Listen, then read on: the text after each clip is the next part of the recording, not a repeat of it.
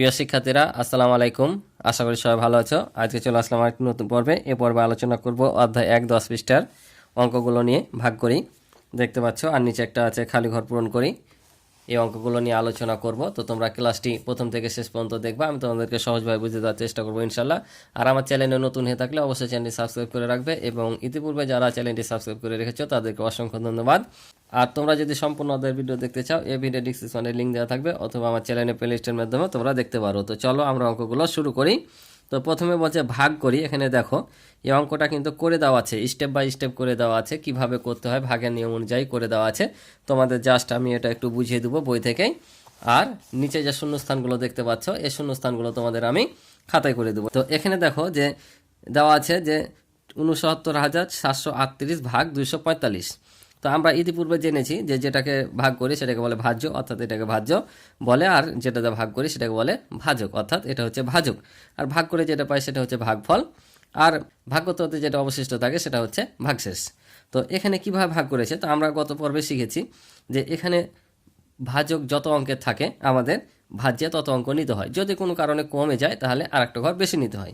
তো আমরা এখানে দেখছি যে ভাজক 3 ঘর আছে, অর্থাৎ 3 অঙ্ক আছে, তাহলে আমাদেরকে এখানে 3 ঘর নিতে হবে। তো তোমরা দেখতে পাচ্ছ এখানে ঘরের মধ্যে আবদ্ধ করে রেখেছে, অর্থাৎ এখানেও 3 ঘর নিয়েছে।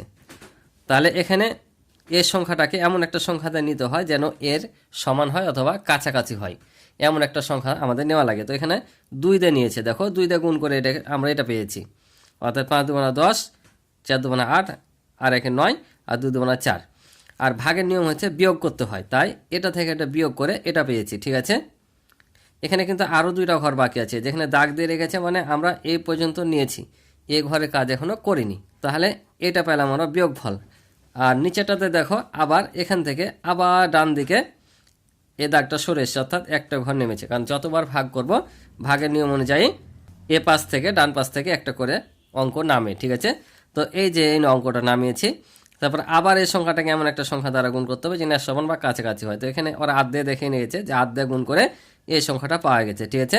আমরা যদি এটাকে আধে গুণ করি তাহলে এই সংখ্যাটা পাবো, তাহলে আবার বিয়োগ করা হয়েছে এখানে, দেশ শেষে ভাগশেষ এখানে কত হয়েছে 113। তো আর একটা অঙ্ক দেখো অবশিষ্ট আছে, এই অঙ্কটাও নিচের লাইনে এখানে নামানো হয়েছে, টোটাল হয়েছে 1138। এখন এই 245কে আবার কি করতে হবে, এমন একটা সংখ্যা দ্বারা গুণ করতে হবে যেন এটা সমান বা কাছাকাছি হয়। তো এখানে 4 দিয়ে গুণ করেছে, এটাকে 4 দিয়ে গুণ করার পরে এটা পাওয়া গেছে, কারণ দেখো 4 5 20, 20 শূন্য, হাতে থেকে 2, 4 4 16, 2 18, 18 8, 4 2 8, আর হাতে থেকে 9, ঠিক আছে। আবার বিয়োগ করে দেখেছো 158 পেয়েছে। তো এবার দেখো আর কিন্তু কিছু দেখায়নি, কেন দেখায়নি, কারণ এখানে আর কোনো অঙ্ক অবশিষ্ট নাই। যখন কোনো অঙ্ক অবশিষ্ট না থাকবে, সব শেষে যেটা থাকবে সেটা হচ্ছে ভাগশেষ, অর্থাৎ এটাতে ভাগ করছে, এটা ভাজক, এটা হচ্ছে ভাজ্য, এ যেটা পেলাম এটা ভাগফল, আর এটা হচ্ছে ভাগশেষ। এখানে আমি গত পর্বে তোমাদেরকে সূত্র লিখে দিয়েছিলাম কয়েকটা, এখানে এটা দেখেছে, এটা হচ্ছে তোমাদের সত্যতা যাচাই করা যে অঙ্কটা ঠিক আছে কিনা। ঠিক আছে কিনা কীভাবে জানবা, এই যে ভাজ্য সমান, কারণ আমরা এখানে ভাজ্য দেখবো ঠিক হচ্ছে কিনা, অর্থাৎ এটাই আসছে কিনা, অর্থাৎ এই সংখ্যাটা আসছে কিনা। তাহলে এখানে ভাজক গণিত ভাগফল যোগ ভাগশেষ করি যদি, তাহলে আমরা ভাজ্যতা পাই, অর্থাৎ এটা আর এটা গুণ করতে হবে, গুণফলের সাথে এটা যোগ করে যদি আমরা এই সংখ্যাটা আবার পাই তাহলে জানবো অঙ্কটা সঠিক আছে। তাই এখানে সত্যতা যাচাই করতে বলছে। তাহলে আমাদের এখানে কি কোন সংখ্যাগুলো বসবে, তাহলে ভাজক, ভাজক কোনটা এটা, তাহলে এখানে 245 বসবে। ভাগফল কোনটা এটা, তাহলে এখানে 284 বসবে। আর ভাগশেষ কোনটা, এই যে 158, তাহলে এখানে 158 বসবে। এটা আর এটা গুণ করে আর এটা গুণফলের সাথে যোগ করে যেটা হবে সেটা এ ভাজ্যের ঘরে বসবে। বুঝতে পারছো? আশা করি তোমরা বুঝতে পারছো। আর এখানে যে লেখাগুলো ছিল, এখানে আমি যে কথাগুলো বললাম ওই কথাগুলো এখানে কিন্তু দেওয়া আছে। তো আশা করি তোমরা অঙ্কটি বুঝতে পারছো। তো আমি এখন তোমাদের এই খালি ঘর পূরণ করি। এই খালি ঘরগুলো কিভাবে পূরণ করতে হবে আমি এই অঙ্কগুলো তোমাদের বিস্তারিতভাবে আলোচনা করে বুঝিয়ে দেব, যে কিভাবে বুঝবা কোন ঘরে কি বসবে। তোমরা গুণের অঙ্ক যেভাবে শিখেছো, এই ভাগটাও এভাবে খালি ঘরে কি কোন ঘরে কি সংখ্যা বসবে সেটা করতে হবে। তো চলো আমি খাতা কলমে তোমাদের ডাইরেক্ট বুঝিয়ে দিই। তো দেখো আমি অঙ্কগুলো উঠিয়ে নিয়েছি। তো এখানে কিভাবে করতে হবে, আমরা গুণে যেভাবে করেছিলাম এভাবেই এখানেও ভাগ করে করে গুণ করে করে বসাতে হবে, কারণ আমরা জানি যে ভাগে গুণ করা লাগে, তাই না। কোন সংখ্যাটাকে সংখ্যাটাকে গুণ করা লাগে, এমন সংখ্যা যেটা এখানে সমান হয়। তো আমরা একটু আগে জানলাম যে এখানে যত ঘর থাকে এখানে তত ঘর নিতে হয়। কি বললাম, এখানে জয়টা অঙ্ক থাকে, ঘর বলতে অঙ্ক বুঝাচ্ছি আমি, তো এখানে যত অঙ্ক থাকে এখানেও তয়টা অঙ্ক নিতে হয়। তো এখানে 3টা অঙ্ক আছে, এখানে আমাদের 3টা অঙ্ক নিতে হবে, তাই কি না? আর যদি কমে যায় তখন একটা বেশি নিতে হয়। তো এটা বড়ই আছে এটার চাইতে, তাই আমরা এখানে 3 অঙ্কই নিব। তাহলে এখানে দেখতে পাচ্ছি আমরা এই সংখ্যাটাকে 7 দ্বারা গুণ করেছি, কারণ আমাদেরকে এখানে 2 3 4 5 এভাবে পর্যায়ক্রমে গুণ করে এগুলো মিলাতে হয় যে এর সমান হচ্ছে কিনা। তো এখানে দেওয়াই আছে যে এটাকে 7 দিয়ে গুণ করা হয়েছে। তো এখন এই ফাঁকা ঘরে কত হবে আর এখানে বা কত হবে? তো আমরা এই ফাঁকা ঘরটা পরে দেখব কি বসবে। আমরা নর্মালি এখানে যে 7 দিয়ে গুণ করেছে এটাকে গুণ করে 2টা সংখ্যা বসা আছে, তাহলে এই সংখ্যাটায় কি হবে? তাহলে আমরা নর্মালি এটাকে গুণ করব 7 দিয়ে, আর একটা করে সংখ্যা অঙ্ক বসাতে বসাতে চলে আসবো, ঠিক আছে? তো আমরা 7 দিয়ে যদি 9কে গুণ করি তাহলে কত হয়? 7 নাম 63, 63 কত 3। বা তোমাদেরকে আলাদাভাবে যদি আমি করে দেখাই, তাহলে দেখো মুখে মুখে গুণ করার চাইতে আমি তোমাদেরকে প্র্যাকটিক্যালি করে দেখাই, তাহলে তোমরা আরও বুঝবা। অর্থাৎ 339কে 7 দিয়ে গুণ করবো, তো যেটা পাবো সেটা এখানে বসিয়ে দেবো। তাহলে 7 নাম কত 63, হাত থেকে 6, 3 7 21, আর 6 7 7, হাত থেকে 2, 7 থেকে 7 আর 9। তাহলে দেখো এখানে 2টা অঙ্ক দেওয়া আছে, এই 2টা অঙ্ক মিলে গেছে, আর বাকি থাকছে কত 9। তাহলে এখানে আমরা কত বসাবো? 9 বসিয়ে দেবো, অর্থাৎ এখানে 9 বসবে। এখন এখানে কি বসবে অটোমেটিকলি পেয়ে যাওয়া। কিভাবে পেয়ে যাওয়া দেখো, আগে প্রথমত 5 থেকে 3 বাদ দিই, তাহলে এখানে কত নামবে? 2 নামবে, এটা পেয়ে গেলাম। তাহলে এখন হচ্ছে এ ফাঁকা ঘরে কত বসবে, তাই না? তো আমরা এখান থেকে এটা বাদ দিয়ে এটা পাই, তাই কি না? তাহলে এখন এ ঘরটা ফাঁকা আছে, তাহলে আমরা যদি এই দুটো যোগ করি তাহলে এটা পেয়ে যাব। তো যখনই ওপরে একটা ফাঁকা দেখবা আর নিচেরটা দেওয়া থাকবে তখন এই দুটো যোগ করে দিবা, যোগ করে যেটা পাবে সেটা এখানে বসিয়ে দিবা। কারণ 7 আর 2 যোগ করলে কত হয়? 9। তো 9 বসিয়ে দিলাম, কারণ আবার দেখো 9 থেকে 7 বাদ দিলে কত হয়? 2 না, মিলছে। আর 9 থেকে 9 বাদ দিলে 0। তাহলে বুঝেছ? যদি ওপর একটা ফাঁকা দেখো আর নিচে দুটো থাকে যোগ করে দেবা, তাহলে আমাদের এটা মিলে গেল। কিন্তু 5 থেকে 3 বাদ দিলে 2। এখন এখানে কত বসবে? তো এখানে দেখো আবার এটাকে 1 দিয়ে গুণ করে দেওয়া আছে, ভাগফলটা দেওয়া আছে, তাই সহজ হয়ে গেল আমাদের। তার মানে এই সংখ্যাকে 1 দিয়ে গুণ করতে হবে, আর যে কোনো সংখ্যাকে 1 দিয়ে গুণ করা মানে কি ওই সংখ্যাটা বসবে। অর্থাৎ এখানে 1 3 আছে আর এখানে 9টা বসবে, কারণ 9 1 কে 9, 9 1 কে 9, 3 1 কে 3, 1 1 কে 1। এখন আমরা বিয়োগ করে দেবো। তো 3 থেকে তো 9 বাদ দেওয়া যায় না, এখান থেকে 1 ধার নিলাম, তাহলে 13 থেকে 9 বাদ দিলে কত হবে? 4 হবে। এখানে 1 পরিশোধ করে দিলাম, তাহলে কত হলো? 4। এখান থেকে ধার নিলাম, 12 থেকে 4 বাদ দিলে 8, মিলেছে। তাহলে এটা হচ্ছে আমাদের ভাগফল আর এটা ভাগশেষ। এই যে শূন্যস্থানে ছিল একবার ইজিভাবে কি তোমরা আশা করি বুঝতে পেরেছো। যদি সমস্যা হয় আমাকে অবশ্যই কমেন্টের মাধ্যমে তোমরা জানাবে। এটা হয়েছে কিনা আরও তোমরা সঠিকভাবে জানতে পারবা ওই যে সূত্র অনুযায়ী, যে যখন ভাজ্য বের করি তখন কি করি? এ দুটাকে গুণ করি, অর্থাৎ ভাজক গণিত ভাগফল যোগ ভাগশেষ। আমরা যদি এটা করি তো এখানে দেখো তোমাদের দেখানোর জন্য আমি জাস্ট এটা দেখাচ্ছি, মিলানোর জন্য।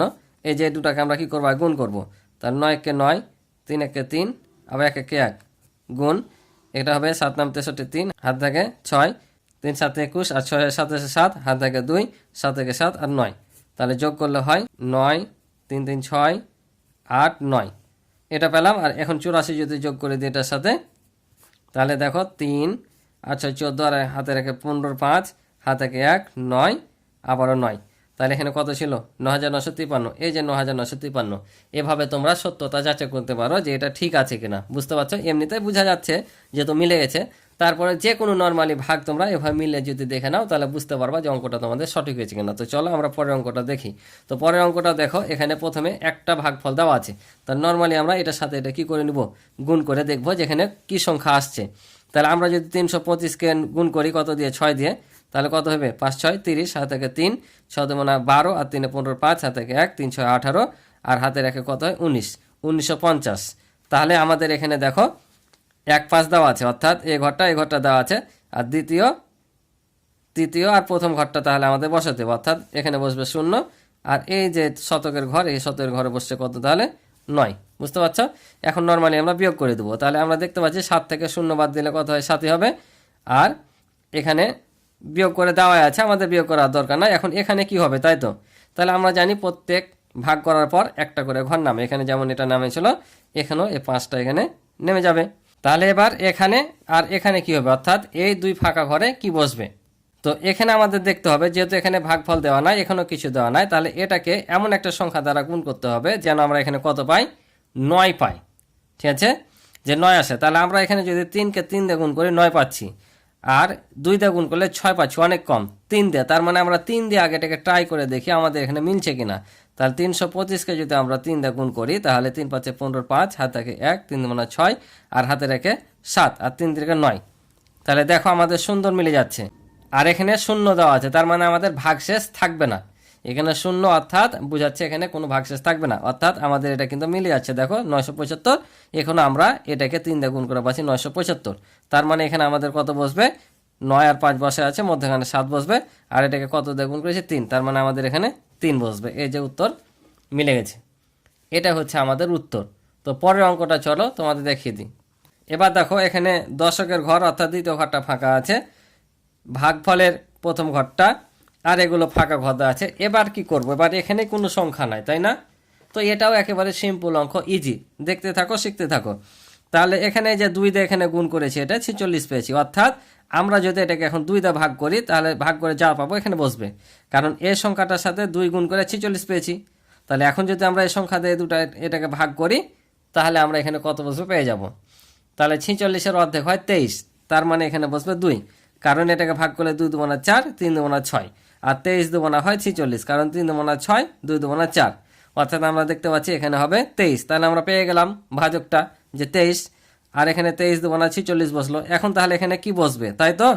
তো এখানে এবার কি বসবে দেখো, আমাদেরকে এখানে লক্ষ্য করতে হবে যে এখানে একটা আমরা শূন্য দিয়ে গুণ করেছি, এখানে কেন শূন্য নিয়েছি, এখানে কেন সংখ্যা হলো না। তার মানে আমরা বুঝতে পারছি যে আমার গত পর্বের অঙ্ক দেখেছো যারা, এখানে আমরা প্রথমে যত ঘর নিই অর্থাৎ যত অঙ্ক থাকে এখানে তত অঙ্ক নিতে হয়। তত অঙ্ক নেওয়ার পর ওই যত ঘর নিই তত ঘরের জন্য এখানে ভাগফল একটা অঙ্ক আসে, আবার বাকি যতগুলো থাকে তার জন্য এখানে একটা ঘর আসে। বুঝতে পারছ? অর্থাৎ এই ঘরটা আমাদের পূরণ করতে হবে। এমনও কিছু কিছু অঙ্ক আছে দেখবো এখানে এমন একটা সংখ্যা আছে যা এটাতে ভাগ করা যায় না, কিন্তু এই ঘরটা পূরণ হয় না, তখন আমাদের পূরণ করতে হয়। তখন কি করতে হয়, শূন্য দিয়ে গুণ করতে হয়। এই অঙ্কটাও ঠিক, এখানে দেখো শূন্য নিয়েছে, তার মানে এখানে এমন একটা সংখ্যা এসছে যে সংখ্যাটা যদি আমরা এটা থেকে এটা বিয়োগ করার পর পাই আর এই সংখ্যাটা নামাই, তো এই সংখ্যাটা ছোট হয়ে যায়। আর ছোট হয়ে যাওয়ার কারণে এখানে 2টা অঙ্ক আসবে, কারণ প্রথমে 2 অঙ্ক নিয়েছি তার জন্য একটা, আর এটার জন্য একটা, 2টা। আবার এই ঘরটাও ফাঁকা থেকে যায়, 2টা অঙ্ক নিতে হবে, ওটা বুঝতে পারছি। আবার যদি এখানে এমন একটা সংখ্যা আসবে যেটার কারণে এটা ফাঁকা থেকে যাচ্ছে, পূরণ হচ্ছে না, তখন কি করতে হয়, একটা শূন্য দিয়ে এই শূন্য দিয়ে গুণ করেছে। তার মানে আমরা বুঝতে পারছি যদি এখানে শূন্য হয় অর্থাৎ এখান থেকে যেটা বিয়োগ করেছি সেটা সিম্পল এখানে নেমে যাবে, তাই না? কি এখানে শূন্য আছে, তার মানে এখানে যা ছিল শূন্য থেকে যা বাদ দিই তাই হয়, তার মানে এখানে 10ই ছিল, আর 10 থেকে শূন্য বাদ দেওয়ার কারণে কি হয়েছে, 10 হয়েছে। তাহলে এবার দেখো আমি কি বললাম, এ ঘরটা যদি ফাঁকা থাকে এ দুটা কি করতে হয়, যোগ করতে হয়। বিয়োগ ফল বিয়োগের সাথে অর্থাৎ এটার সাথে এটা যোগ হয়ে যায়, তাহলে যোগ করলে কত 7। তাহলে সিম্পলি দেখো 7 থেকে 6 বাদ দিলে 1, এ শূন্যটা নেমেছে। আর এখানে যেহেতু ভাগ যায় না, এটা চাতে ছোট হয়ে গেছে, আর আমাদের এখানে ঘরটা পূরণ করতে হবে, তার জন্য এখানে শূন্য দিয়ে গুণ করেছে, আর শূন্য দিয়ে গুণ করার ফলে শূন্য হয়েছে, 10 থেকে শূন্য বাদ দিলে 10 হয়েছে। আশা করি তোমরা বুঝতে পেরেছো। তো আজকে এ পর্যন্ত ছিল এই পর্বের অঙ্ক। তো ক্লাসটি ভালো লেগে থাকলে অবশ্যই ভিডিওতে একটি লাইক কমেন্ট করে দিবে। তো আজকে এই পর্যন্ত, ভালো থাকো সুস্থ থাকো, আল্লাহ হাফিজ।